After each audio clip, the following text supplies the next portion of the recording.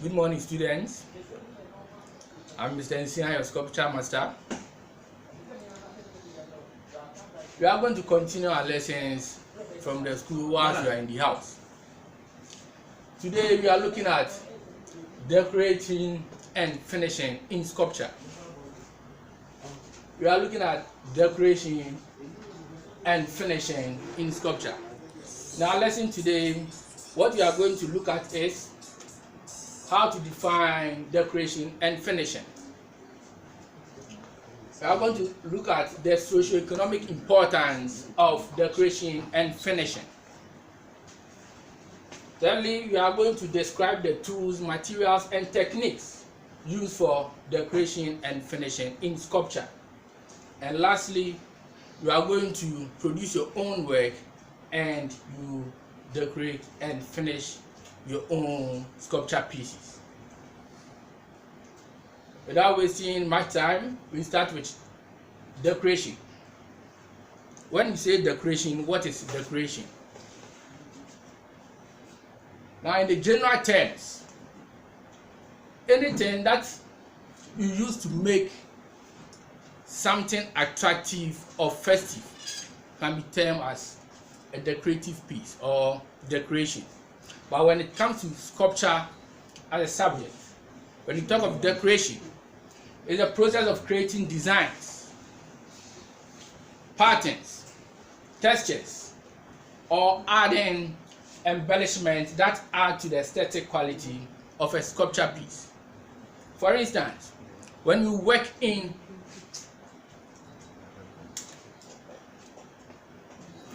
when you model a sculpture piece,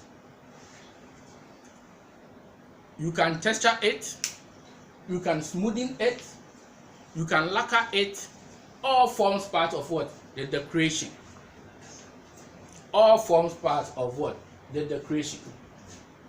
Now, when we come to the second part, which is finishing. Finishing is the surface treatment or application of certain materials onto the surface of the sculpture piece to add beauty. So after finishing your work, you enhance the beauty by adding certain treatments like painting, like spraying, like glazing, like golding. All these add up to what we call finishing. And when you talk of finishing, these are some of the techniques that we use for finishing. We have filing, sanding, smoothing, spraying, lacquering, painting, glazing. All these techniques enhance the beauty of the sculpture piece. Now, after producing a work of art, is it important to decorate or finish the work piece? Now let's look at some of the importance of decoration and finishing. The first point is that it increases the value of the work and makes them aesthetically good. And when you say finishing and decoration increases the value of a work of art, what do we mean? After modeling in clay and you decide to leave the work in just the clay, someone who add glaze to the clay to make it like, let's say, a mark,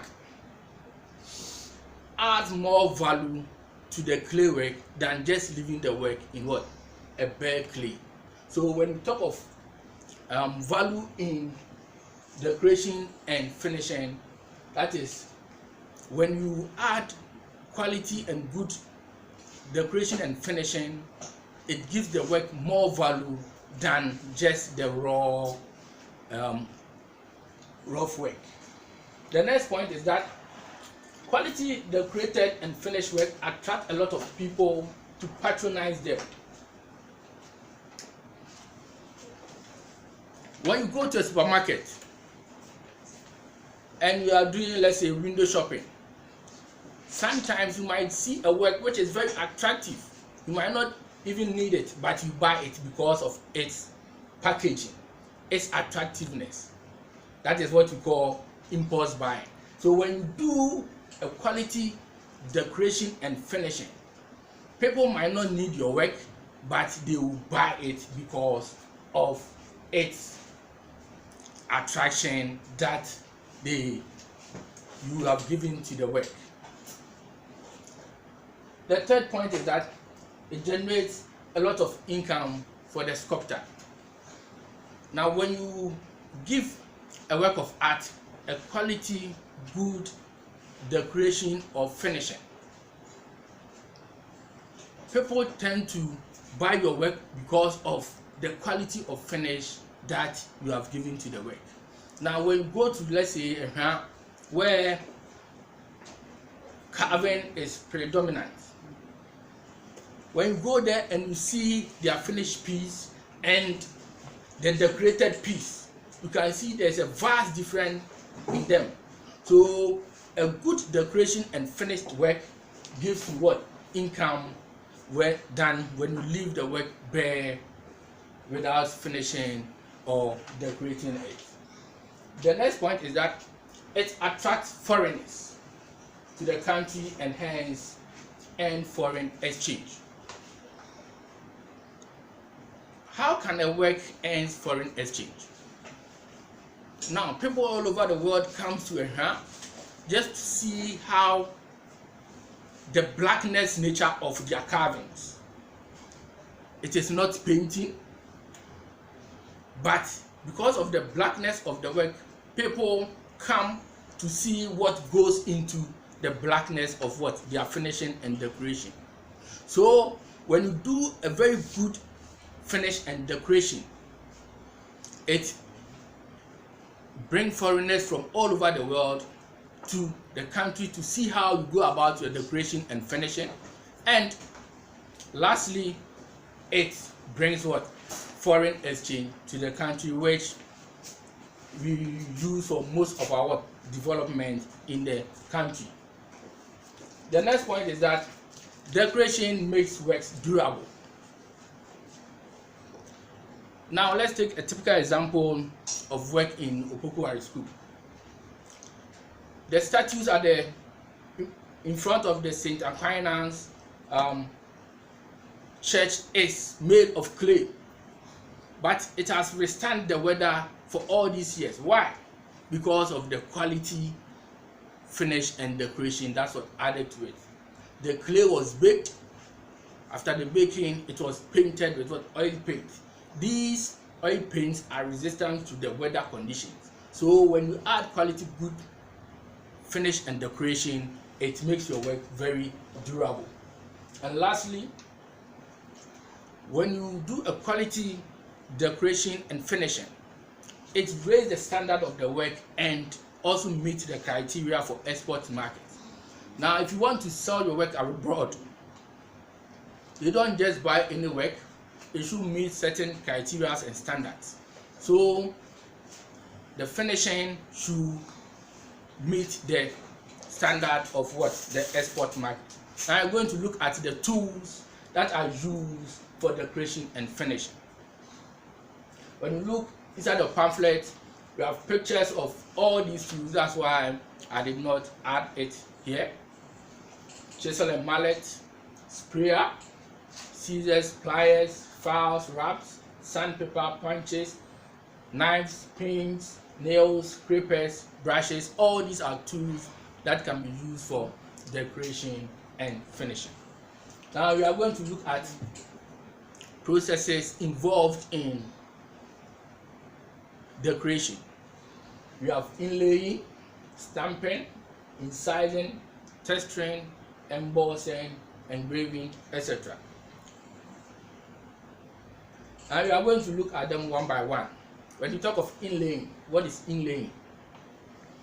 Inlaying is after producing your work, you coat the inner side of the work to seal all the pores and holes to make it very attractive and durable. That is what inlaying. And we also talk of stamping. It's creating a relief work. Hope you all know what relief works are. Then trying to transfer the design on the relief work onto your work that you've produced. That is what stamping. Incising is also cutting the outer layer of your work to make the creation at the edges or sometimes on the work itself. Then texturing is trying to give a different surface other than its natural surface. For instance, you can scratch, you can draw any design of which you think will beautify the work. That is what texturing. Then embossing is also creating designs from the work that you've produced and trying to transfer onto the work that you want to give it the creation that you want. And lastly, engraving also has to do with what? Cutting grooves on the surfaces of the work to give it a nice decoration. So these are some of the decoration that we have. Now we look at finishes. If you want to do finishing, you need what we call finishes to do what we call finishing. Now finishes, these are the basic materials or substances that are applied to the surface of works of art to make them beautiful. And examples of these finishes include lacquer, shellac, varnish, polish, paint, glaze, gold, aluminium, brass, bronze, etc. All these are termed as finishes. The process of applying these finishes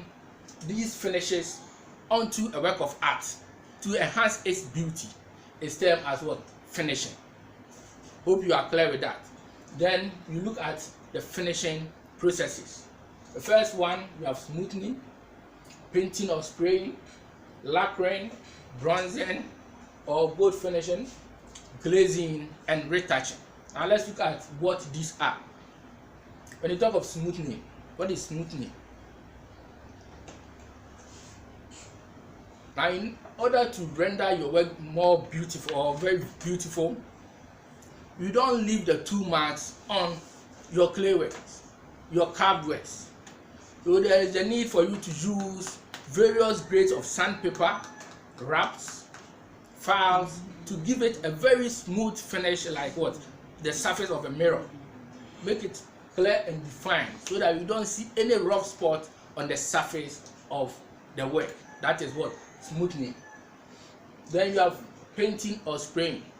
After doing your smoothing, you can choose to apply any paint depending on the color scheme that you've chosen for the work or what suits the work, the weather. You have to take all this into consideration when it comes to what? Painting. Now, if you have a very green environment, you don't introduce red colors because you know they are complementary colors. You don't do that. You make a color scheme that is serene and good, pleasing to the eye, that can attract viewers. So the application of paint or spray onto the work is termed as spraying or what? Painting. Then lacquering. When we are talking of the finishes, we talk of varnish, lacquer, and what? Shellac. All these are processes by applying lacquer, varnish, or shellac onto the surface of the work as a finish, and it renders the work what? Permanent and more durable. Bronzing and gold finishing is where you use bronze or gold to finish the work,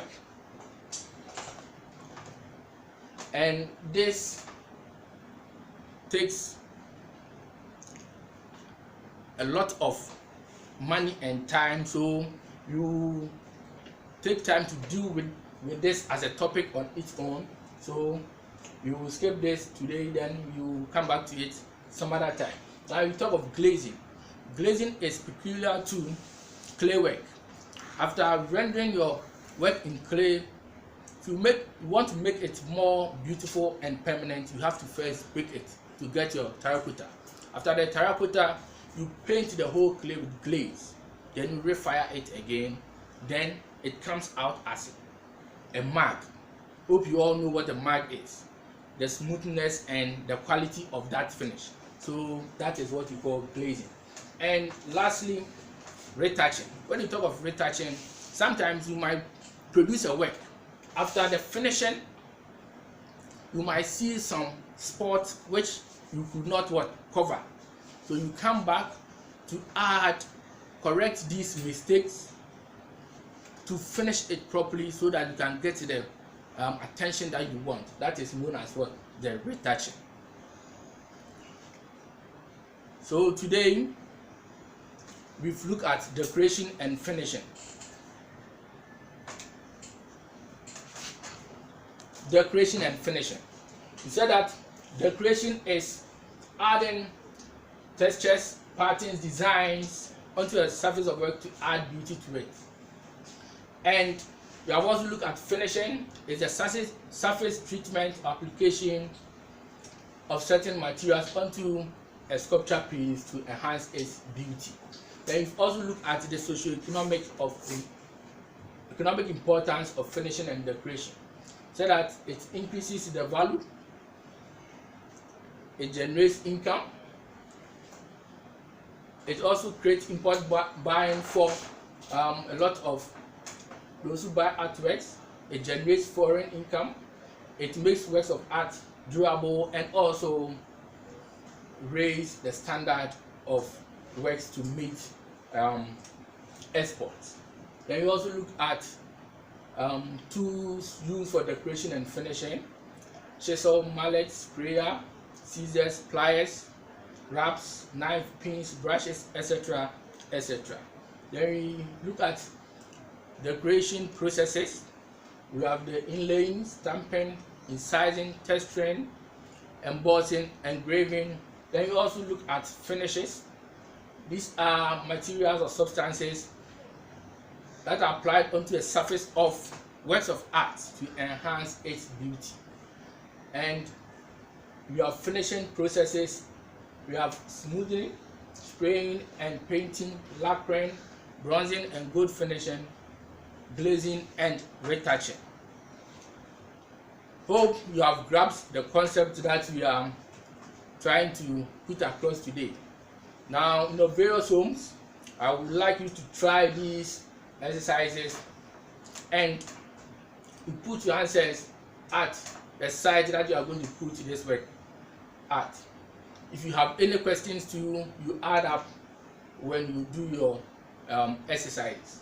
They are differentiate between decoration and finishing.